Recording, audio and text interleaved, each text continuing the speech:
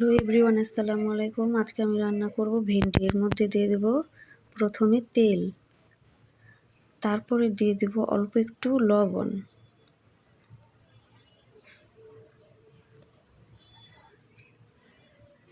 তারপরে এখন আমি দিয়ে দেব ভেন্ডিগুলা। ভেন্ডিগুলা আমি একটু ভেজে নেব, হালকা একটু নেড়ে চেড়ে দেব, নেড়ে চেড়ে ভালোভাবে ভেজে নেব। ভাজা শেষ, এখন আমি নামিয়ে নেব।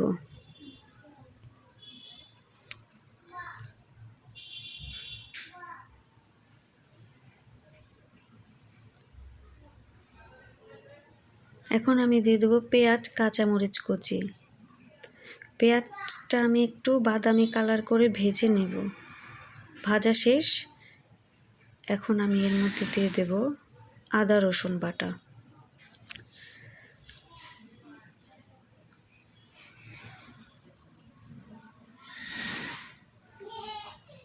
স্বাদ মতো লবণ,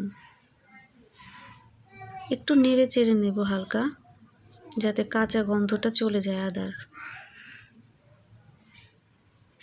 ভাজা শেষ, এখন আমি দিয়ে দেব মশলা কষানোর জন্য দিয়ে দেব আমি পানি দিয়ে মশলাটা আমি ভালোভাবে কষিয়ে নেব। কষানো আমার হয়ে গেছে, এখন আমি দিয়ে দেব টমেটো দিয়ে আমি আবারও ভালোভাবে কষিয়ে নেব। কষানো শেষ, এখন আমি দিয়ে দেব ভাজা ভেন্ডিগুলা মশলার সাথে মিশিয়ে নেব, ভালোভাবে মিশিয়ে নেব। মেশানোর পর এখন আমি সেদ্ধ করার জন্য পরিমাণ মতো দিয়ে দেব পানি।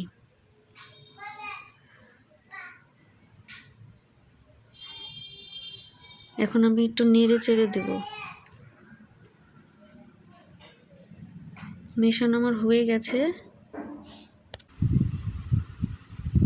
এখন আমি দিয়ে দেব 1 প্যাকেট ম্যাগি মশলা।